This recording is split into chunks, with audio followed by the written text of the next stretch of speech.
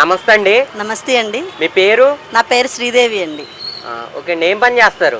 నేను బ్యూటీషియన్ అండి. ఓకే అండి. ఇప్పుడు కూటమి ప్రభుత్వం అధికారంలోకి వచ్చి 14 నెలలు అయింది. ఎలా ఉంది అసలు పరిపాలన? బాగుందండి, చాలా బాగుంది. ఇంతకు ముందు మీద ఈ పరిపాలన చాలా బాగుందండి. అంటే ఈ 14 నెలల్లో భాగంగా సూపర్ 6 పథకాలు అమలు చేస్తున్నారు కదా? అవునండి. ఎలా అనిపించేయండి ఆ పథకాలు? ఇంతకు ముందు ప్రభుత్వం డబ్బులు ఎర చూపించి ఏ పనైనా చేసుకునేవాళ్ళు. ఇప్పుడు అలా కాదండి. ఆయన ఏదైతే సూపర్ 6 అన్నారో ఆ సూపర్ 6 అనేది ఒకటిగా ఆయన అమలు చేస్తున్నారండి. ఉచిత గ్యాస్ బండ్ అవ్వచ్చు, పెన్షన్ పెంపు అవ్వచ్చు, అలాగే టిక్కో ఇల్లులు అవ్వచ్చు, అలాగే ఇప్పుడు ఉచిత బస్సు పెట్టారండి.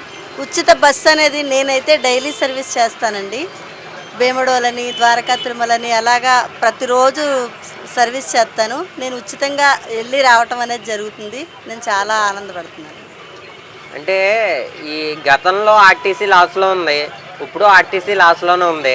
మరి ఇటువంటి పరిస్థితుల్లో ఉచిత బస్సు పెడతాం అనేది ఎంతవరకు కరెక్ట్ అంటారు? మహిళల కోసం ఆయన అభివృద్ధి చేస్తున్నారండి. అలాగే అభివృద్ధి చేస్తారు, పథకాలు కూడా ఇస్తారండి. ఇంతకుముందు ప్రభుత్వం అలా కాదండి. అప్పు చేసి పథకాలు అయితే ఇచ్చింది కానీ అభివృద్ధి అయితే చేయలేదండి. అంటే జగన్మోహన్ రెడ్డి ఏమంటున్నాడంటే, నేను వాలంటీర్ వ్యవస్థను పెట్టి ప్రజలందరికీ నవరత్నాల పథకాలు అందించాను, ప్రజలందరికీ పథకాలు అందాయి, ప్రజలందరూ చాలా సంతోషంగా ఉన్నారు అంటున్నారు. వాలంటీర్లు పెట్టి ఇంకా ఎక్స్ట్రా డబ్బులు అయితే గవర్నమెంట్కి లాస్ వచ్చేలా చేశారు కానీ వాళ్ళు చేసిన పని ఏది కరెక్ట్ కాదండి.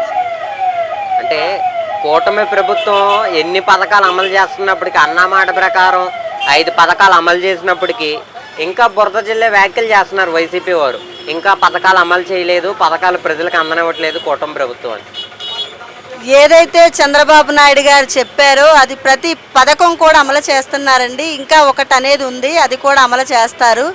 వీడు చేసిన ఎదవ పనుల కన్నా సిబిఎన్ సార్ చేసే ప్రతి పని కూడా చాలా మంచిదండి. మహిళల్ని ముందుకు తీసుకెళ్ళడంలో అవ్వచ్చు, మహిళల్ని పెద్దపీట వేయడంలో అవ్వచ్చు, మహిళలకి చేస్తానన్న ప్రతి పని కూడా చేసి చూపిస్తారండి.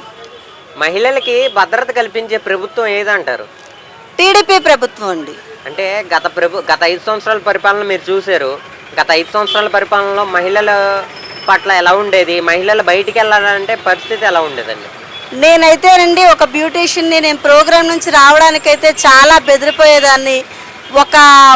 ఒక సందులో చూసిన మందు తాగి బ్రాందీ తాగిన వాళ్ళు ఉండేవాళ్ళు, వాళ్ళు ఎలా పడితే అలా ఉండేవాళ్ళు. అటు రావడం అనేది చాలా కష్టం అనిపించేదండి. ఏ టైంలో ఎలా ఉంటుంది అనేది నాకు తెలిసేది కాదు. ఈ వచ్చిన 14 నెలల్లో నేను ఏ టైంకైనా ఇంటికి వెళ్ళిపోగలుగుతున్నాను అంటే అది సిబిఎన్ సార్ వల్ల మాత్రమే అవ్వద్దండి.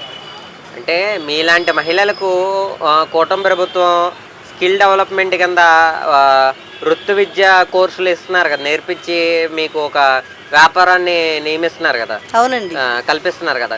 ఎలా అనిపించినాయి ఆ కార్యక్రమాలు? ఎవరు బతుకుతారు వాళ్ళు చూసుకోండి, భర్త మీద మీరు ఆధారపడి ఉండొద్దు, మీ చేతుల మీదుగా మీరు ₹1 సంపాదించుకోవాలి అనేదే ప్రతిదీ ఆయనకు ఉండేదండి. అది చేయటం వల్ల మేము చాలా ఆనందపడుతున్నామండి.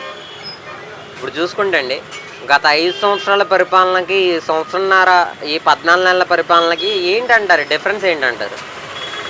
డిఫరెంట్ అంటే అది ఉండేదంతా ఏంటో, ప్రతి ఒక్కళ్ళు కూడా చాలా చండాలంగా ఉంటుంది ఆ రాజకీయం అనేది. 5 ఏళ్లే చూసాము.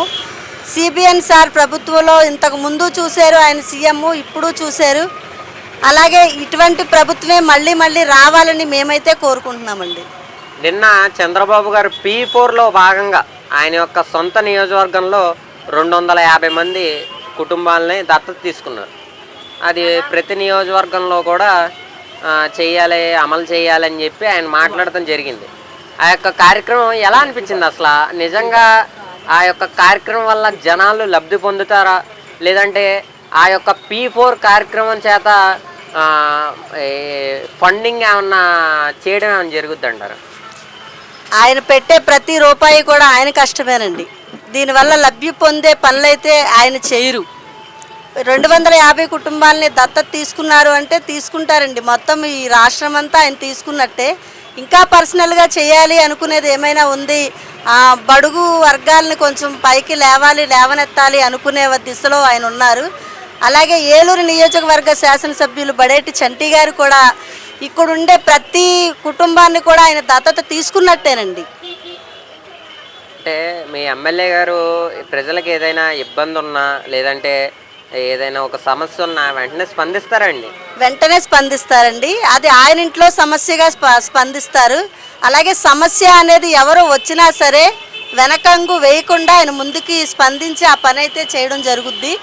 మాకు ఈ పని అవ్వలేదు అన్న వాళ్ళు ఎవరు వెనక్కి వెళ్ళిన దాఖలాలు కూడా లేవండి.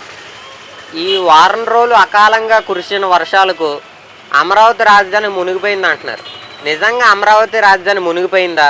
ఒకవేళ అమరావతి రాజధాని మునిగిపోయేటట్టయితే అలాంటి మునిగే చోట కట్టడాలు ఎందుకు చంద్రబాబు గారు నిర్మిస్తున్నారంటారు?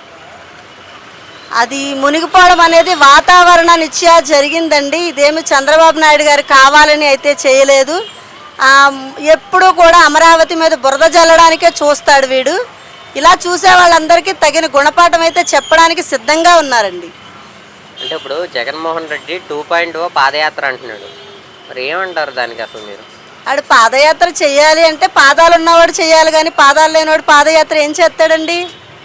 ఇప్పుడు గతంలో లిక్కర్ స్కామ్ జరిగింది అంటున్నారండి. లిక్కర్ స్కామ్ జరిగి అనేక మంది చనిపోయారు అంటున్నారు. వాస్తవంగా జరిగిందండి? నిజంగా జరిగిందండి. అంటే మరి ఆ యొక్క లిక్కర్ స్కామ్లో భాగమైన మిథున్ రెడ్డిని అరెస్ట్ చేశారు.